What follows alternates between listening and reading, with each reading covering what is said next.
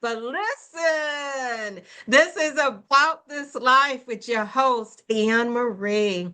About This Life is a show designed to take a look at some of our struggles, some of our setbacks, maybe, and we find or we make decisions to pivot, to turn our lives around. And when we do so, we walk into our new selves. We walk into a new space with confidence and a space where we can thrive. I am always looking for stories like this. And so I am so very pleased to introduce my guest to you today. Sable, hey, hello. Hello, hello, hello. Well, So great to welcome be to here. About This Life. Thank you for being here. Sable, one of the things, two things that I know about you is that you have worked for many, many years in the human relations field, okay, or human resources field. And you did that for federal agencies, government agencies, but you are also the creator of a new group. So we're going to get into all of the deets, okay, all of the details about you, because we find a lot of our listeners, they're in this place right now where change is in their lives and they need to pivot. The biggest pivot, Sable, you moved. Now, you didn't just move down the street. You didn't just move to a new neighborhood. You moved to a whole new country. Absolutely. Sable Ryan, talk to us. Where are you? I am in the beautiful city of Panama City, and not in Florida, but in Panama, the country. Panama, the country. Yes. You come from stateside. You moved to a different country. What led to that decision to move? I've always had this plan of this little dream of how I wanted to live my retirement life, right? Um, where I didn't want to be in a struggle. I did not want to be in cold weather for sure. And I didn't want to be in an environment where I had to feel, the hustle and the bustle and the rush. Mm, And so my decision was like, where could I retire? And I have lived out of the United States for over 15 years previously. I've lived in Nigeria, I've lived in Ethiopia, um, and I remember when I was living in Nigeria, I would always say, like, okay, by the time I'm 60, I got to leave this place because, it's that I wanted someplace a little softer.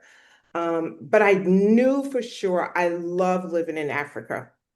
But also, so when I decided that, okay, it was time, time for me to move, my 5-year plan was now squished to 5 months.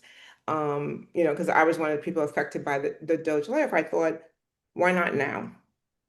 Why not now? Like, why do I have to wait another 5 years? Why do I have to sit around and wait for someone to give me permission of when it would be a retirement time? And I just thought, I'm just going to go now. I'm just going to go now.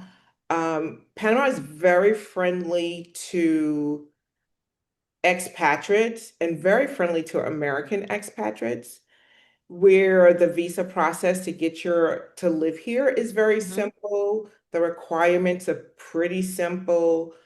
Um, you don't need even a visa to come on a regular visit. So it's such an It was a easy good transition. transition. It's an I easy would love to transition. ask you more questions about the country, but first, there are a couple of things that you said, and I want to back up a moment. What did you love about Nigeria? What did you love about Ethiopia? Let's give some love. Well, I'm a people person. I love people. I love culture. The culture of Nigeria is just so rich. It's just I can't even like even describe like when I say rich, right? Like what does that really mean? But the sense of community, we say in the Black community all the time, right, that it takes a village to raise a child. you Yeah. see that village. You see that village. You know, I always give the example of my experience of one time, I affectionately call my ex-husband my husband, and I were going, we were going to another state for work, for business. And on our way, we just dropped our children at a girlfriend's house, and we just dropped the children there with her children. And as we're on the highway, like 30 minutes in, we call her and we're like, hey, we're gone, you know, for a couple of days, and we left our kids in your house. She was like, oh, okay, see you when you get back. That is That a kind of village. that kind of community, right? And I think about when I had small children, because my children were one of my major motivations for moving to Nigeria, how if I took my children to be babysat at someone's house, if I'm like, hey, girlfriend, watch my kids, I knew the next weekend her kids were coming to my house, right? It was that kind of reciprocal. You don't have that kind of reciprocal in Nigeria. There's something, the part of Nigeria I lived in was the Yoruba land, and there's something they say, Ewaje, come and eat. And Mm, and so you would walk in someone's house and they're eating, and they're like, "Yeah, come and eat. Oh, why don't you come and eat with us?" an And I think about, invitation. yeah, I think about in our culture that if you're walk into someone's house, we're like, "Oh, just wait in the living room. We'll be done in a few minutes," right? Like, Right, right, right. right? Yes. That's our sense of politeness. And so I really love that about that. And so the last thing I'll say about Nigeria, I remember I would always say if I didn't have any money and I had to choose between putting gas in my car or buying something to eat, I would put gas in my car because I knew if I went to anyone's house, they would feed me. So I love that about Nigeria. Of course, the celebrations are amazing and everything. Mm-hmm. And then with Ethiopia, and while we're talking about West Africa, East Africa, that is how Okay. different the two countries are. Ethiopia and Africa and Nigeria, totally, totally different cultures. But the people of Ethiopia are a lot more where Nigeria is like, let's go, let's go, let's go. They're a lot more laid back, very Okay. laid back people. Um, and you know, they have a lot to be proud of. They're like one of the very few African nations that was not colonized, right? Mm. And so the weather there is totally different. Like where I stayed in Addis Ababa. And Hmm. so I would always joke that you would see all four seasons in one day. Yeah, Wow. yeah, I love the people. They were so welcoming when I was living there. So yeah, so those are my two experiences. Great cultures, totally different, but both I enjoyed them. And you were there because of work? Was that part of, your work and that was your station? That was where they positioned you? So Nigeria was because I didn't want to raise children in the United States. I really Mhm. wanted to, I just felt like that was so difficult. At the time, I was leaving my house when it was dark, dropping my children in daycare centers, and it was dark, and then I would pick them up when it was dark. And I just felt like this is not a way to raise children. And Nigeria gave Mm. me the freedom of being with my children. I really love that we were able to focus on our family because we had domestic staff, which is very affordable to support. So your whole attention was to your children, to your spouse, because someone took care of all the other responsibilities that sometimes take Wow. up a lot of our time. And then Ethiopia was absolutely for work. I had an opportunity to consult for the largest government bank there. And so that was a work assignment, and I really enjoyed that. I love that because I'm learning so much from just this conversation that there's an alternative to when we want to raise our kids. And Yeah. there's an alternative because you think about how we drop our kids off in daycare center and that is one of the strongest angst or anxiety ridden thing because I remember when my boys were small it was like who am I going to leave them with, where am I taking them, and the notion that community is there for them. And what I love about it as well, Sable, is we tend to think of all these negative thoughts about countries.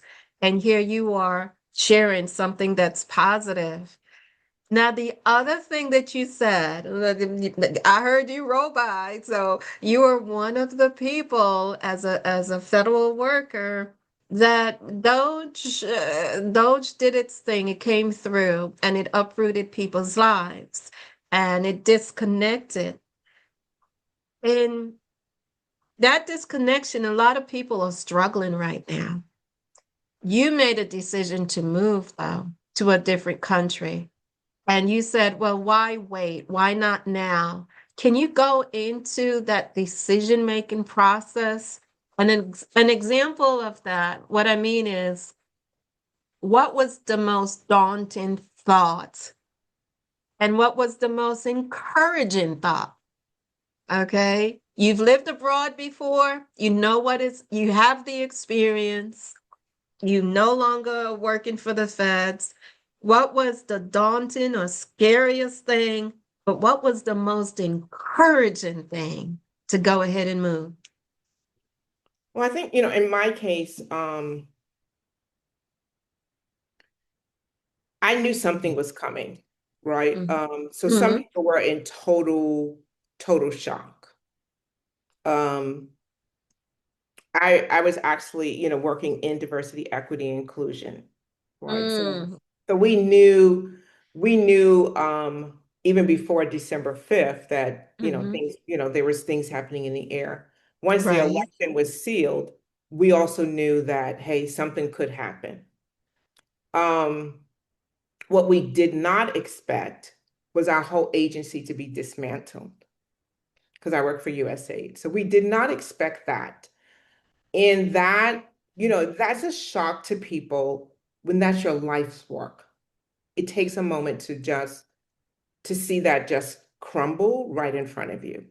So it's not, and so I appreciate the struggle that people are having because there's one thing to lose your job. It's, because a lot of us, our identity is wrapped around our positions of what we Absolutely. do, right? We really struggle with separating our who from, who we are from what we do. And the kind of work that USA does is life-saving. I mean, it's very heart-tugging because you are working with people who are living every single day in a vulnerable situation.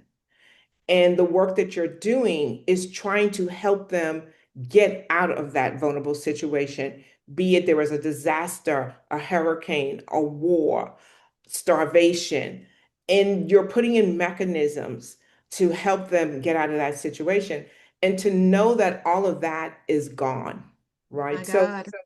So not only did you lose your position, but you realize that there's a whole bunch of people out there who are no longer going to have this opportunity to eat every day. Girls go to school, girls being protected from rape, diseases, and even the American people.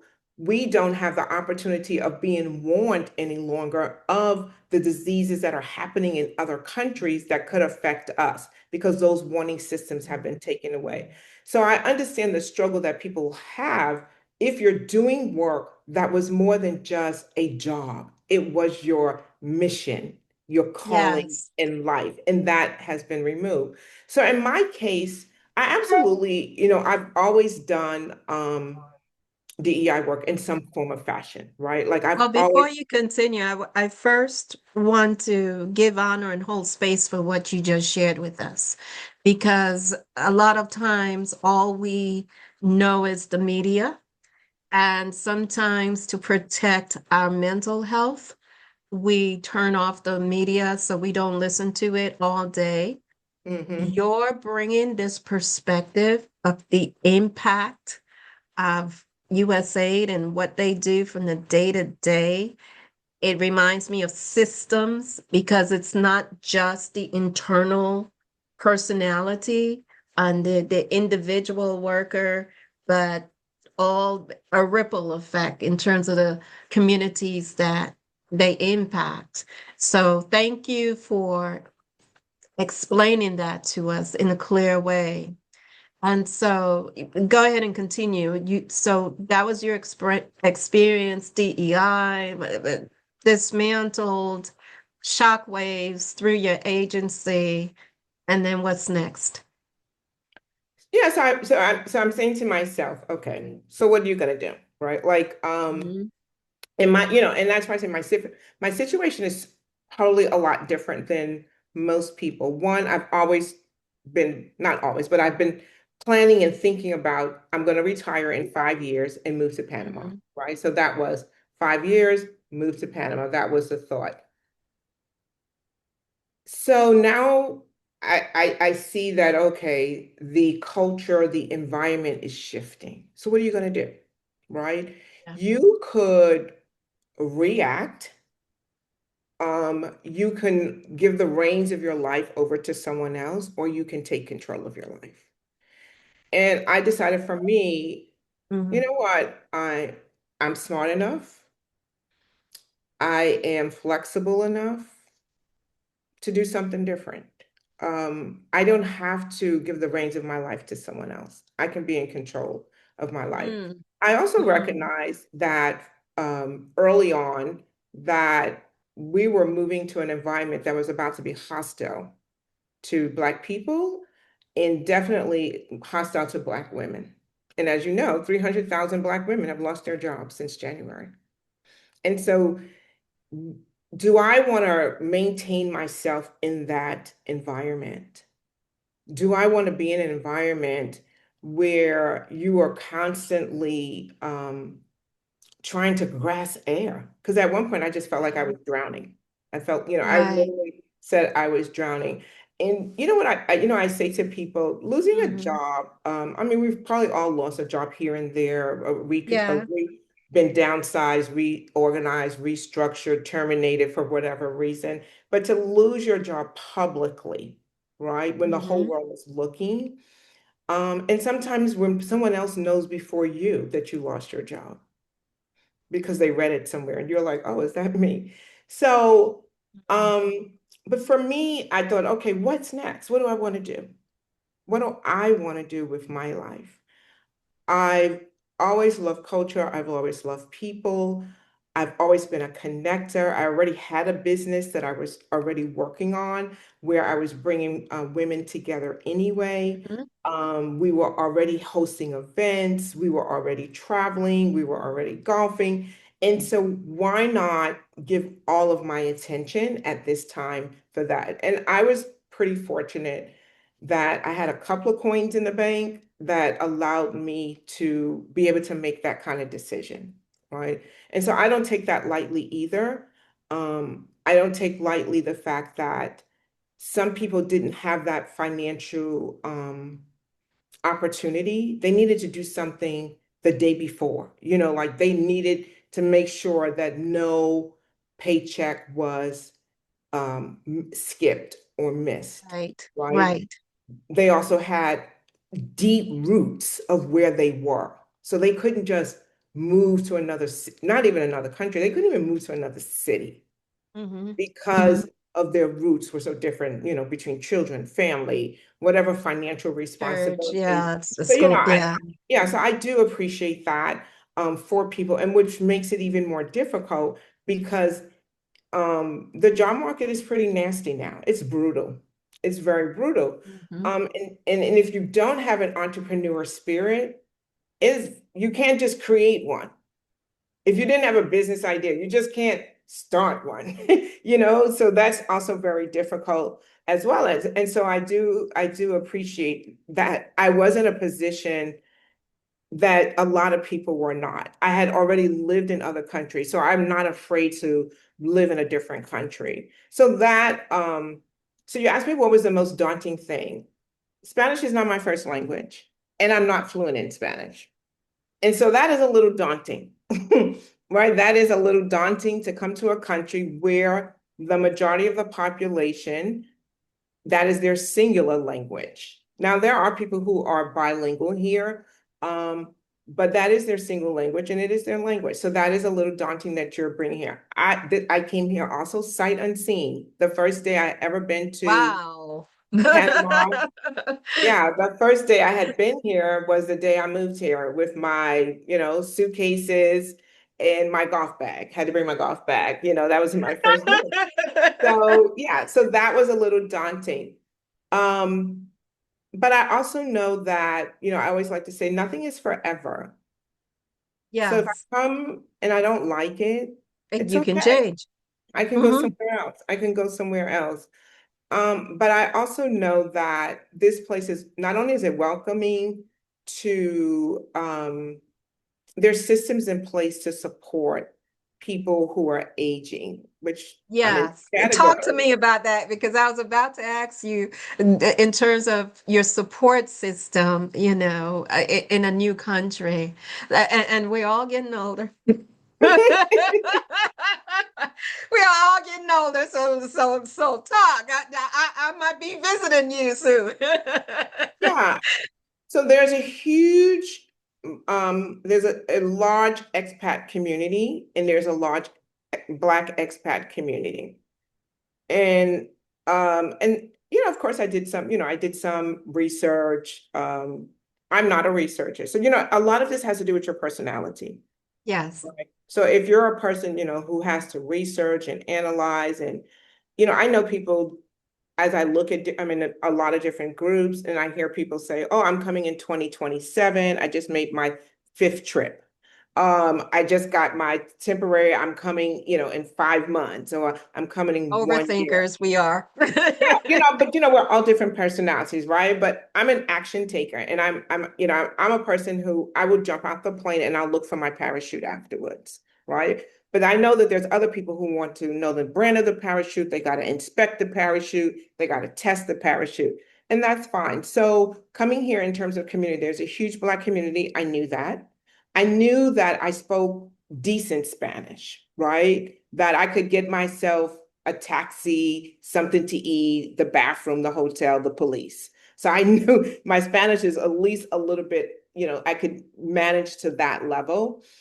I also know that for healthcare, that they even accept Medicare here, right? Mm, And so not only when you lose your job, you lose your health insurance, right? And that's, that's huge. That's huge. huge in the United States. One doctor's visit just to have a health, a wellness check can, really, set you back. So, healthcare systems are intact. I knew the infrastructure was intact. So I've lived in Nigeria and Ethiopia. I lived in countries where the infrastructure was not completely intact. So I know what it's like to wake up or and then you turn the faucet on and no water come out. I know what it's Yeah. like to be sitting around watching TV and the television goes off because electricity was taken, right? So I knew those situations didn't necessarily exist here. So I knew that this would be an easy or transition for me Right. because those things I had lived in and thrived in, right? Like those things didn't bring me down. It was just how it was. So that was the exciting part. The affordability is the exciting part. I've read, and I say I read because I have not seen, but I've read that you can get an apartment for like $700 a month, right? Okay. But Okay. yeah. So that, rent is normally like 25 to 30% of our income. And so to know that you can get a place to live, and there are places to live, like anywhere else, right? You can live here or there, right? It's just how you want to live. And so that was also very encouraging for me, understanding that, and it's not too far from the US. So my children can come and visit. My mom is still alive. I can, go home, when I need to quickly, as opposed to when I lived in Africa, that's another like 16, 20 Right. hour flight. Mhm. Right. That is amazing. And so for housing, did you purchase a house or are you in an Airbnb? Until you find a house, how did you navigate a place to stay? So currently I am in an Airbnb for anywhere between 30, 60, whatever long I want to stay. But I am Yes. looking for another place to live. And that's one of the things that you have to decide on, how do you want to live, right? Mm-hmm. Do you want to live in a city? So currently I'm living in a gated community, in a golf community, because got to You play have to golf. golf. And I live in a golf community. So I have to ask myself, like, but do you want to live in town? Do you want to live outside of town? Do you want to drive? Do you want to have a car? Do you want to be in walking distance? So all those are the kind of considerations you have to give into where you want to live, which also affects pricing, right? It also affects pricing. One of the beautiful things about Panama City is that there are so many furnished apartments that you can rent for years, not like just like an Airbnb. So you can rent an affordable, fully furnished apartment. So that really helps in your transition because you could either bring all your stuff or not, right? And Mm. so that also helps. So I'm currently So what I actually, hear you saying is for someone who's thinking about living abroad, they can rent out their home in the States, actually. They don't even have to sell it right away, and they can just hop on a plane and go take a rental and see if that lifestyle would be for them. yeah. So that is a less risk way of doing it. Like you don't have to sell your own home immediately. You can rent your own place out and Yeah. and go move. And if it doesn't work out, oh well, you come on back home. I love this. I Absolutely. love this. And for you, it is a wonderful opportunity because tell us about the bougie. I can't say the word right. The You said bougie it correctly. girlfriends. Yeah. And So one the company you just created and what you're building. So one of the things we find as women get older, having friendships is more difficult, right? Mm, that It's so part. yeah, it's more difficult for, if we look around, we're our day one friends. Our bestie, the one we were playing in the sandbox, where is she or he, right? As we mature in life, our ambitions or our desires or our lifestyles have changed so drastically sometimes from our day one that we're no longer in that tight bond with them. And it's not because we're fighting, right? We just don't have any, Yes, there's nothing in common anymore. Maybe they're married and we're not. Maybe they have children and we don't. Maybe they're totally involved in their grandchildren and we don't have them, or we're not interested in grandchildren, right? Even the ones that we have, right? So we're in different right. places. Maybe our career we were so absorbed in our career that we kind of didn't have a lot of time for friends. And now we're looking and we're like, oh, where's our friends? So how do you make new friends at 50? How do you I like make the new way friends at that you 60? say that because as you were just explaining it, I was thinking about for all the women, you're going through all those seasons of life, right? And remember the like soccer moms, and if your kids play a certain sport, then you were friends with those people. But Absolutely. after your kids grew up, what do? And you're an empty Absolutely. nester. And also the idea that a lot of times, let's be real, that a lot of women either we outlive our husbands or we're divorced or for whatever reason, there's this factor of, okay, who do I get to hang out with now? So tell us about some of the events, Sable. Yeah. And so I Golf was going has to to add be to, one. what did you say? I said golf has Yes, to be golf is one. one. Golf. Yeah, golf is absolutely one. And so let me just say, Black women are the largest population of single women, and Mm, either because of divorce or never married, right? We are the largest population of single women.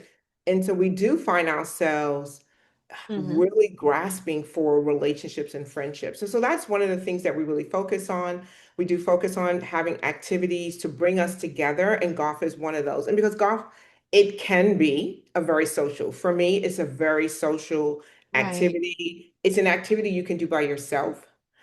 So if nobody, if you're a great tennis player and you don't have anybody who wants to play with you, you're out, right? But you can go out to the golf course by yourself. And so I do enjoy playing golf. We also do travel. We have trips that we go on. We do local trips. We do trips around, and we also do a lot of educational things. And as we met in our Designing Your Hmm. Next Season, we're also looking at helping Black women retire well. And that is one of Yes. our major That focuses. part. And Retire well. yes. And when we say retire well, we're not just talking about money, right? Yeah, we do Mhm. need to get our money game together because so many of us are retiring with $30,000 in the bank.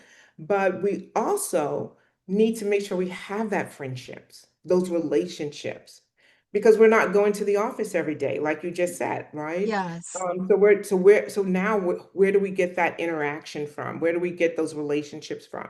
So that's part of, retiring well. Where do we want to live? Because a lot of times where we live is because it was close to the office, it was close to work. So do we have to still stay there? Or can we now move somewhere differently as a result? And it doesn't have to be to another country. Maybe it's just to a more affordable city because Mhm. now that our income is no longer what it used to be as a result of no longer working Mhm. retirement, where can we live that we can still have an affordable life? So those are the things that we really focus on. We focus on friendship, we focus on your finances, and we definitely focus on fun. What I hear you saying, Sable, is that, you know, in a certain season of your life, it becomes you're evolving, you're becoming someone else. And then a lot of decision making goes in that. And I'm glad that you said it. And I want to put a name to it as well. And not everybody's situation, but the whole idea of loneliness, because that is also something that's an epidemic in our country. Absolutely. And we know the difference between being alone and lonely. Alone, yes, you enjoy your freedom, you can get up when you want to, you can do what you want to, you can be as independent as you want to. But as a human being, we are social. That is Mhm, how we are designed. That mhm. is how we are built. And for a lot of people who are aging and they don't have those friendships, loneliness becomes a huge, both mental and physical factor. Because when it can lead to depression, it can lead to withdrawal, and it can lead to and then you find your world caving in. So this particular group, and share the name of it again, this particular group helps with that. So say the name of the group again. The membership is the Bougie BFFs. The Bougie Uh, BFFs. And the mhm. question I want to ask you then is, and I have to say, maybe God bless technology, but with people coming from different places, different cities, different states, different countries, how do you bring everybody together? And in terms of some of the events that you plan, what does that look like and feel like? So monthly we have a virtual call with, Mm-hmm. which is open to everyone. So we have a virtual call open to everyone so that brings no matter where you are, what time zone you are, what country, you can come together. And that's our girlfriend conversation, where we come together and just talk, right? So this is Mm-hmm. not a panel and a keynote. This is us having real conversations about the issues that are affecting us. So last month, we just talked about transitions, right? The Yes. transitions that we all are facing from divorce to caregiving, right? We are the most leaders, and like, I shouldn't even say leaders, but we're doing caregiving for our families unpaid. We are unpaid Mm-hmm. caregivers. So we talked about that. We're getting divorces. Silver divorces are skyrocketing. These are people who are over 50 who've been married at least 25 years. And so Yes. so those are major transitions. We're getting laid off. So all these transitions. So we kind of talk about that. This month, we're going to be talking about how to retire and to relocate, since we had so many questions on that. If you want Yes. to retire and relocate. So we've been giving the step-by-step plan. And so those are our virtual meetings. And then in September, we're working on having these meetings in person, right? So we're planning for Atlanta and DMV, for the DMV area where we will get together. We also, let me see, last month we I also need went. y'all to come to Atlanta the last weekend of September. That's my book launch. Oh, I will be here. And so one of the other things we do is we do our goal is to do events And, you know, we call our events an elevated experience. So maybe it's a place that you've been to, but if you go with us, you're not going to have the same kind of experience. Our experience is always elevated. We went to was it last week, a couple of weeks, went to a tailgating for polo. So, you know, Mm, right. So we went to a polo game. We were tailgating at the polo game. You know, so we just do different experiences where we just bring people together because the human connection is real. It is yes. very real. It's so needed. And as you said, there's a loneliness pandemic. And that loneliness pandemic is not because of people working remote, which is we like to blame it on. It's not of teleworking. It's because we have lost how to connect from the Connect. pandemic. We have used technology in such a way to substitute for that human connection. And so we want to make sure that women are connecting, that we are coming together in a safe Mhm. environment. And if we think about us as Black women, as we are still in the workplace, we are constantly in an environment that is hostile to us, as I said earlier, that is Yes. where we are contorting ourselves to fit in. And so now we need a space where we could just be us, when we can say Yes. something and there's no explanation needed, right? Where I can say that, girl, you know what they said to me? And we're all like, yeah, that was, Yeah, we know. yeah. Yeah, We get that's it. we get it. Like, and so that's what our bougie BFS, and that's our membership community does. It gives women that chance. And of course, it's great to come together and talk, but we also Mhm. need information and education. And so we have our experts and residents who come in and educate us on finances, who talk to us about sexual intimacy, who talk to us about relationships, and in caregiving. And what do we do now that we are caregivers? What do we And I do? got another one for you. That the M word, menopause. Whoa. Yeah, yeah, Because all they talk to us about is the night sweats. I'm just like, okay, there's more that's going on here. yeah. And that's what our it helps us without, I would say, like, we're a total being. We are a total being. And that is what the goal of the membership is, to really support us in who we are at this stage in our life, because it looks so different. This stage is so different than the stage that we just came out of, and it's so different for us. You know, Yes, our concerns are uniquely different, and therefore how we need to tackle and address them needs to have a prescription that speaks to us, that speaks to our situation. that comes from the center, from the base of who we are as people. Yeah. And how the lens of how we see the world is what I'm hearing. Sounds like a fantabulous community. And let me tell you, it is sorely needed. It is needed. It makes me think of the idea of my sister's keeper. I Mm, am my sister's keeper. So that goes back to even your roots in Nigeria, that before it was I can have my children go, but now it's kind of like, where do we go as adults? yeah, Because we need the same affection, we need the same care, we need the same village around us at this season in our lives.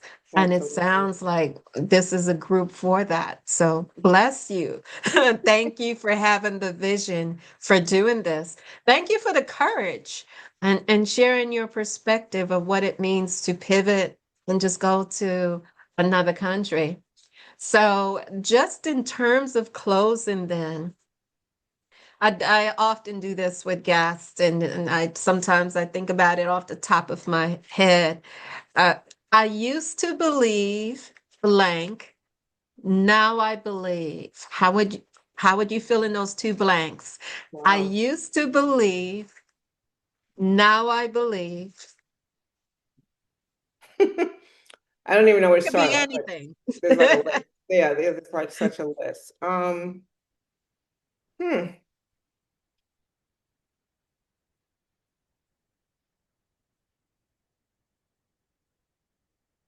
I'll give you one based on just my conversation with you. I used to believe I needed to wait on somebody else's permission for me to move. Now I believe I can figure out what I want and go after it and take action and go after it. And that just comes from me talking to you this morning. Yeah, and I kind of yeah, and I kind of say like yeah, but I probably would say that I used to believe that changing your mind was not a good thing. And now I believe that you have the right to change your mind 253 times a day if you want to. You have the Yes. right to evolve. You can be tomorrow advocating for broccoli and today say vegetables are bad. You have that right. You have that right. You have that right and freedom to be whoever you want to be. And we don't have to allow other people to put us in boxes. And I think that is where a lot of us get tripped up because Hmm. we made stands and statements on particular things and something has shifted. And therefore, our perspective has shifted. We are afraid to shift with it because we were afraid to be seen as flighty, as double-minded, as Hmm. confused. But no, our perspective has shifted. And there's a quote in the Bible, it says to know in part. So Hmm. we know in part. This world is so vast. There's so many things that are out there that we may not have been exposed to before. And so therefore our perspective can shift. And it's okay. And it is very okay. And so I would say that I used to believe that this is my stand. I got to stand on it. I got to stand my ground. But now I realize that was my stand, and this is my stand now. And it's okay. And it's okay. And it's great to um, give yourselves that space to say, I can do that. Yeah. I don't have to wait on somebody else. I can give that gift to myself. And that's what it means in terms of becoming. Sable Ryan, it's been a pleasure to talk with you. And when the episode airs, we will definitely, if you like us to put a link in terms of how people would find you and find the group. And so we'll add that to the show notes. Thank you for being my guest today. Thank you for bringing value in terms of these perspectives that will give somebody something different to think about and actually give somebody hope in this rough world. So this is Anne Marie, host of About This Life, where we're changing our lives one day at a time.